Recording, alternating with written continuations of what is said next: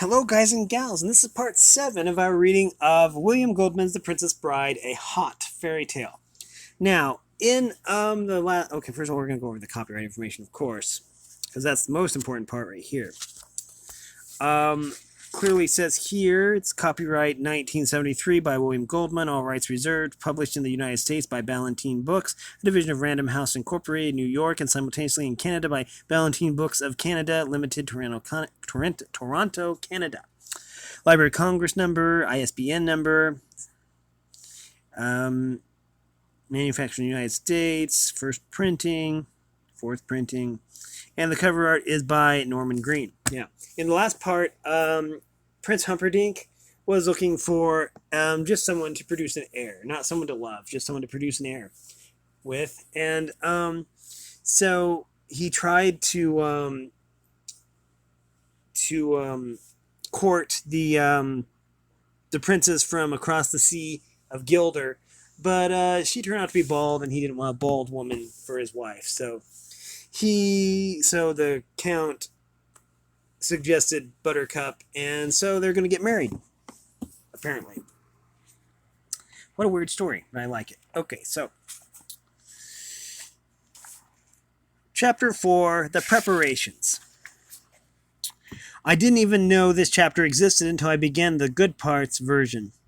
All my father used to say at this point was, what with one thing and another, 3 years passed, and then he explained how the day came when Buttercup was officially introduced to the world as the coming queen, and how the great square of Florin City was filled as never before, awaiting her introduction, and by then he was into the terrific business dealing with the kidnapping.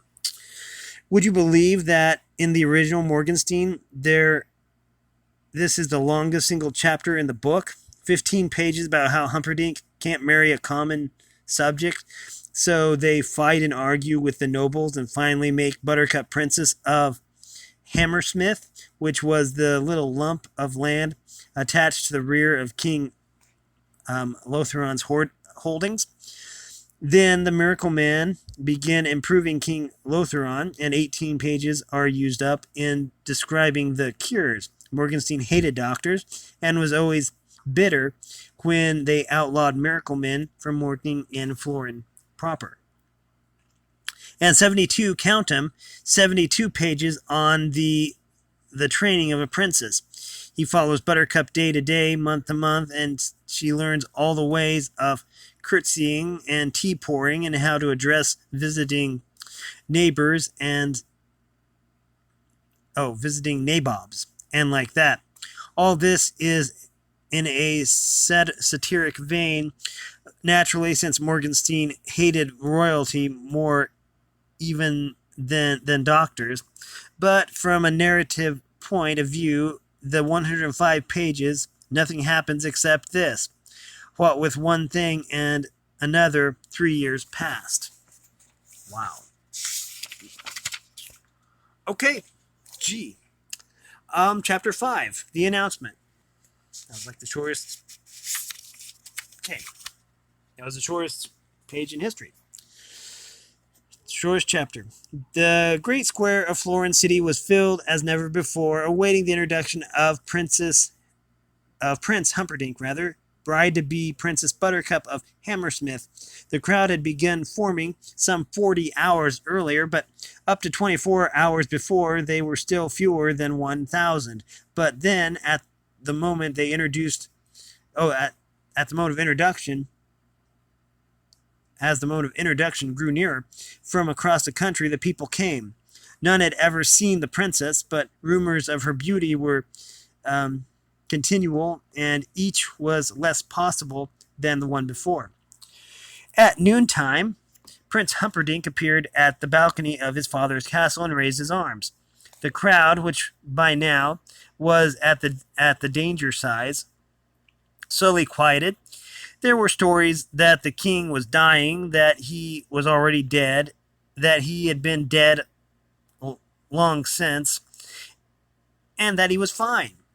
My people, my beloveds, from whom we draw our strength today is a day of greeting, as you must have heard. My honored father's health is not what it once was. He is, of course, 97.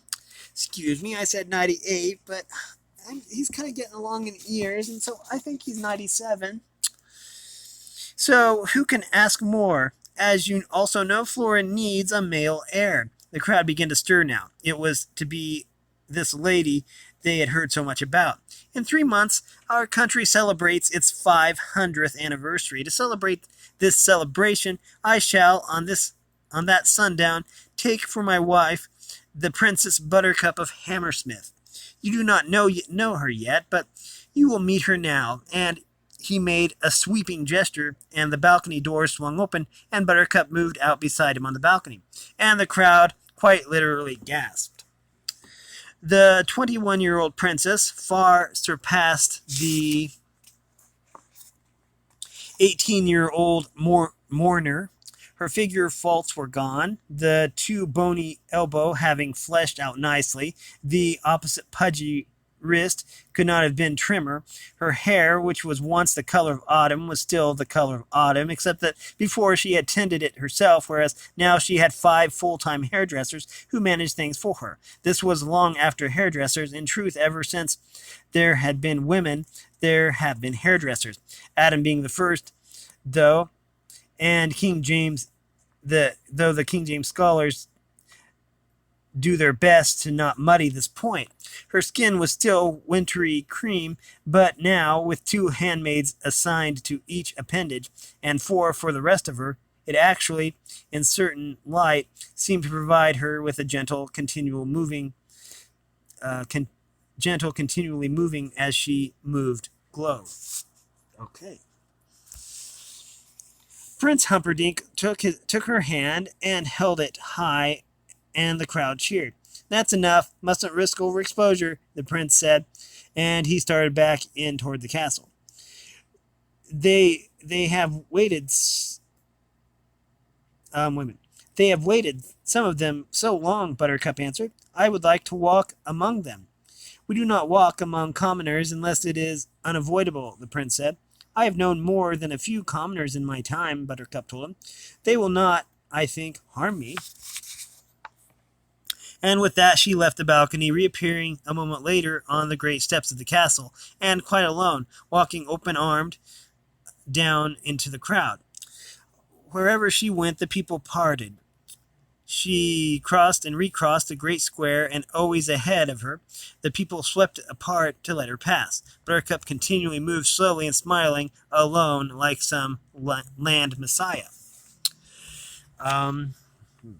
Most of the people there would never forget that day. None of them, of course, had ever been so close to perfection, and the great majority adored her instantly.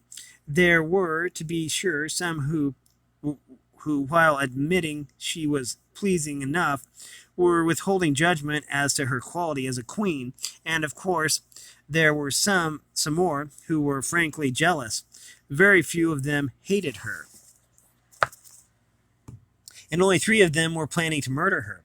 Buttercup naturally knew none of this. She was smiling, and when people wanted to touch her gown, well, let them. And when they wanted to brush their skin against hers, well, let them do that too.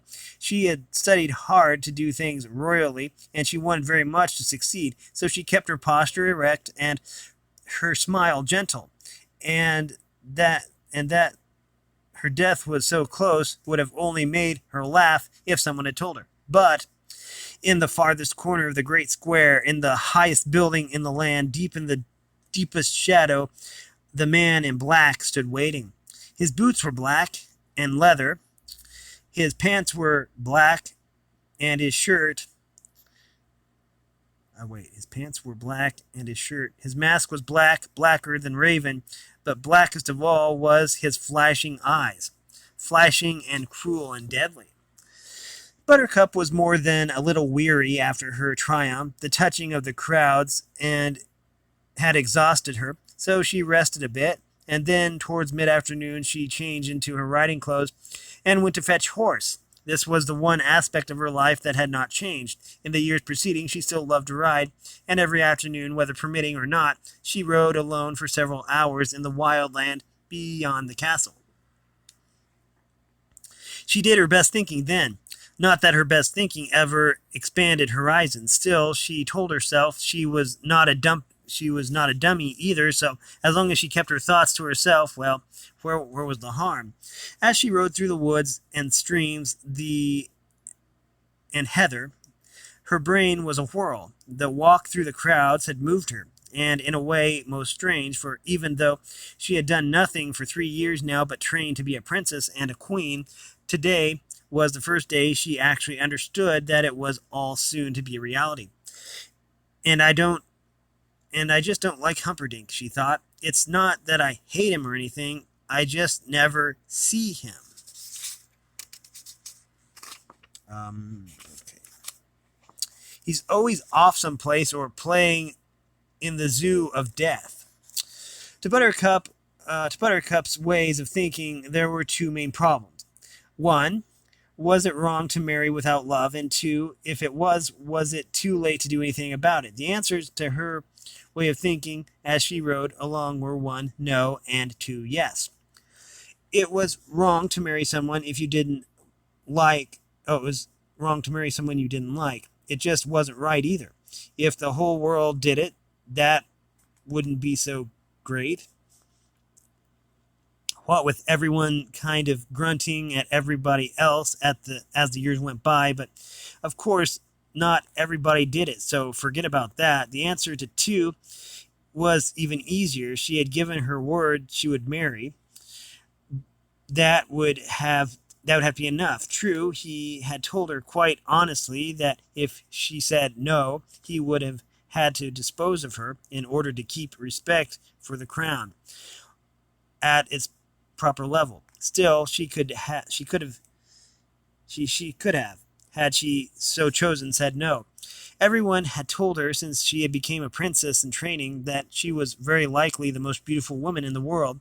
Now she was going to be the richest and most powerful as well. Don't expect too much from life, Buttercup told herself as she rode along. Learn to be satisfied with what you have. Let's see. Dusk was closing in when Buttercup crested the hill. She was perhaps half an hour from the castle, and her daily ride was three-quarters done, since she reined horse. For standing in the dimness beyond was the strangest trio she had ever seen. The man in front was dark, Sicilian probably, with the gentlest face, almost angelic. He had one leg too short and the markings of a humpback, but he moved forward towards her with surprising speed and nimbleness. The other two remained rooted. The second, also dark, probably Spanish, was as erect and slender as the blade of steel that was attached to his side. The third man, mustachioed, probably a Turk, or perhaps a Turk, was easily the biggest fella, the biggest human she had ever seen. A word, the Sicilian said, raising his arms, his smile more angelic than his face. Buttercup halted. Speak. We are but poor circus performers, the Sicilian explained. It is dark and we are lost. We were told there was a village nearby that might enjoy our skills. You were misinformed, Buttercup told him. There is no one, not for many miles. Then there will be no one to hear you scream, the Sicilian said, and he jumped with frightening agility towards her face. That was all that Buttercup remembered. Perhaps she did scream, but if she did, it was more from terror than anything else, because certainly there was no pain. His hands expertly touched places on her neck, and unconsciousness came. She awoke up to the lapping of water. She was wrapped in a blanket, and the giant Turk was putting her in the bottom of a boat. For a moment she was about to talk, but then, when they began talking, she thought better to listen. She thought better to listen. And after she had listened for a moment, it got harder and harder to hear because of the terrible pounding of her heart. I think you should kill her now, the Turk said. The less you think, the happier I'll be, the Sicilian answered. There was the sound of ripping cloth. What is that? The Spaniard asked. The same as I attached to her saddle, the Sicilian replied. Fabric from the uniform of an officer of Gilder. I still think, the Turk began, she must be found dead on the Gilder frontier, or we will not be paid the remainder of our fee. Is that clear enough for you? I just feel better when I know what's going on. That's all, the Turk mumbled. People are always thinking I'm so stupid because I'm big and strong and sometimes drool a little when I get excited. The reason people think you're so stupid, the Sicilian said, is because you are so stupid. It has nothing to do with your drooling. There came a sound of a flapping of sail. Watch your heads, the Spaniard cautioned, and then the boat was moving. The people of Florian would not take her death well. I shouldn't think. She has become beloved. There will be war, the Sicilian agreed. We have been paid to start it. It's a fine line of work to be expert in. If we do this perfectly, there will be a continual demand for our services. But I don't like it all that much, the Spaniard said. Frankly, I wish you had refused. The offer was too high. I don't like killing a girl, the Spaniard said. God does it all the time. If it doesn't bother him, don't let it worry you. Through all this, Buttercup had not moved. The Spaniard said, let's just tell her we're taking her away for ransom. The Turk agreed. She's so beautiful, and she'd go all crazy if she knew. She knows already, the Sicilian said. She's been awake for every word of this. Buttercup lay under the blanket, not moving. How could he have known that she wondered. How can you be sure, the Spaniard asked. The Sicilian senses all, the Sicilian said. Conceited, Buttercup thought. Yes, very conceited, the Sicilian said. He must be a mind reader, Buttercup thought. Are you giving it full sail, the Sicilian asked. As much as is safe, the Spaniard answered from the tiller. We have an hour on them, and so no risk yet. It will take her horse perhaps 27 minutes to reach the castle. A few minutes more for them to figure out what happened, and since we left an obvious trail, they should be after us within an hour. We should reach the cliffs in 15 minutes more, and with any luck at all, the Gilder frontier at dawn. When she dies, her body should be quite warm when the prince reaches her mutilated form. I only wish we could stay for his grief. It should be Homeric. Why does he let me know his plans, Buttercup wondered. You're going back to sleep now, my lady, the Spaniard said, and his fingers suddenly were touching her temple, her shoulder, her neck, and she was unconscious again. Buttercup did not know how long she was out, but they were still in the boat when she blinked. The blanket shielding her, and this time, without daring to think the Sicilian would have known it somehow, she threw the blanket aside and dove deep into Florian Channel. She stayed under for as long as she dared, and then started to swim across the moonless water, with every ounce of strength remaining in her. Behind her, in the darkness, there were cries. Go in, from the Sicilian. I only dog paddle, from the Turk. You're better than I am, said the Spaniard. Buttercup continued to leave them behind her. Her arms ached from effort, but she gave them no rest. Her legs kicked, and her heart pounded. I can hear her kicking, the Sicilian said. Veer left. Buttercup went into her breaststroke, silently swimming away. Where is she? Shrieked the Sicilian. The sharks will get her. Don't worry, cautioned the Spaniard. Oh dear, I wish you hadn't mentioned that, thought Buttercup. Princess, the Sicilian called. Do you know what happens to sharks when they smell blood in the water? They go mad. There is no controlling their wildness. They rip and shred and chew and devour, and I'm in a boat, Princess, and there isn't any blood in the water now, so we're both quite safe.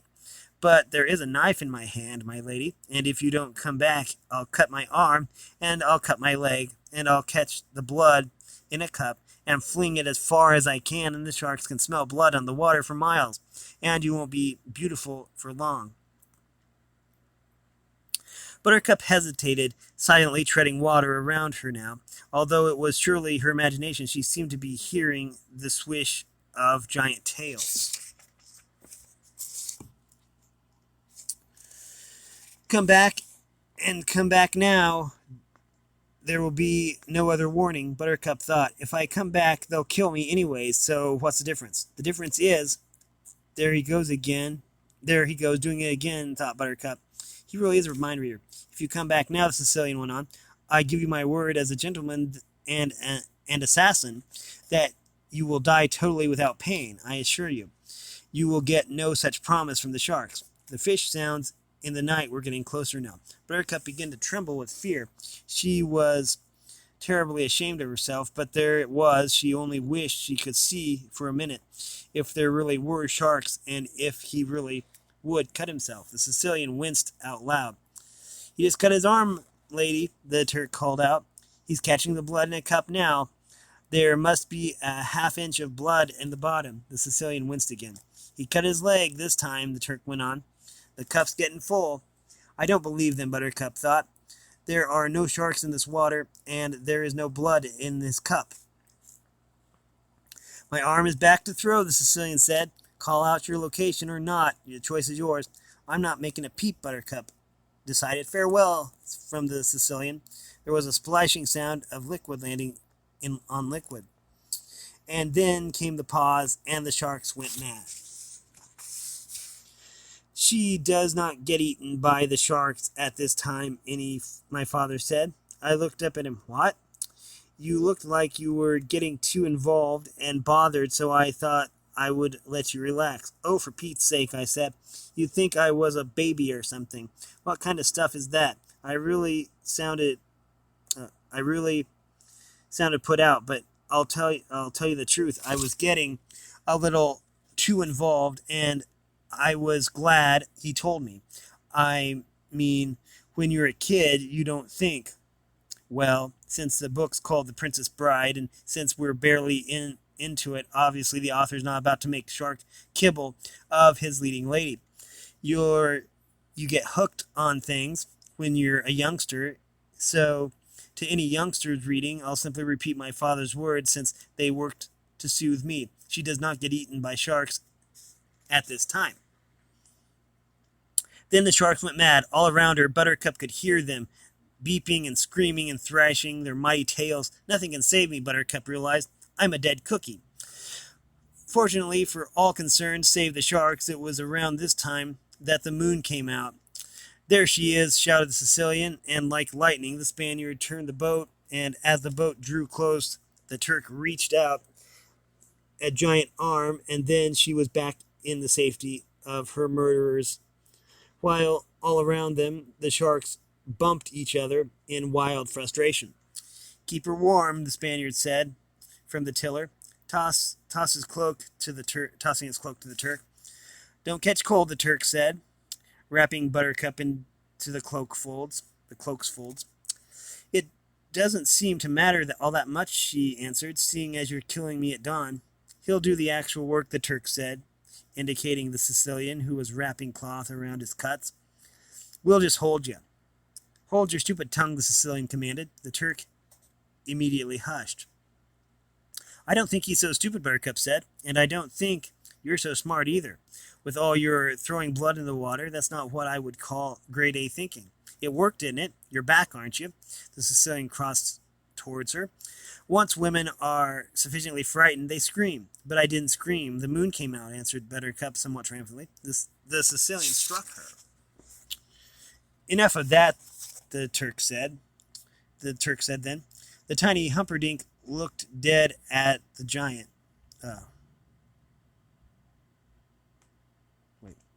The tiny humpback looked dead at the giant. Do you want to fight me? I don't think you do. No, sir, the Turk mumbled. No, but don't use force, please. Force is mine. Strike me if you feel the need. I won't care. The Sicilian returned to the other side of the boat. She would have screamed, he said. She was about to cry out. My plan was ideal, as all my plans are ideal. It was the moon's ill timing that robbed me of perfection. He scowled unforgivingly at the yellow wedge above them. Then they stared ahead. There, the Sicilian pointed, the cliffs of insanity. And there they were, rising straight and sheer from the water 1,000 feet into the night. They provide the most direct route between Florin and Gilder, but no one ever used them, sailing instead the long way many miles around. Not that the cliffs were impossible to scale. 2 men were known to have climbed them in the last century alone.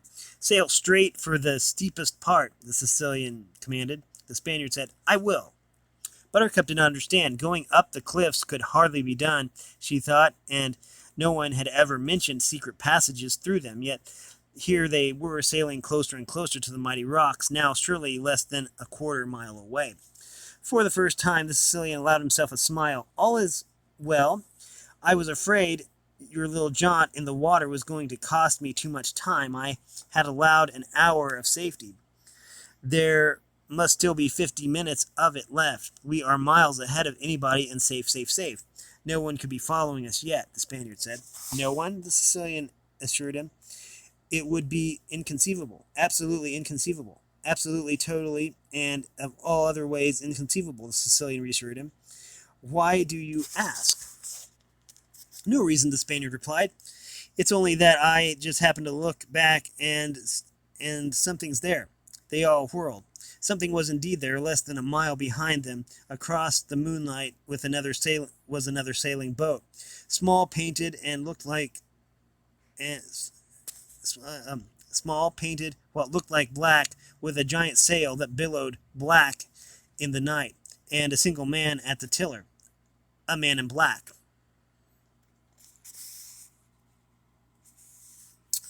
Okay, we've made it to page 89 already. Wow, we are making good time here.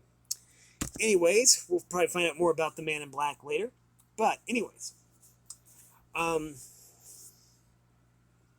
we have been reading from William Goldman's The Princess Bride, a hot fairy tale. If you like this content, then make sure you like and subscribe and ring the bell so you know when I upload. And if you like, I got distracted. My train got derailed. My train of thought. Anyways, if you like this content, then make sure you like and subscribe and ring the bell so you know when I upload. Also, if you want to support me anyway, or if you want to join the Discord server, then all the information will be in the description below. As always, thanks for watching, everyone, and have a great day.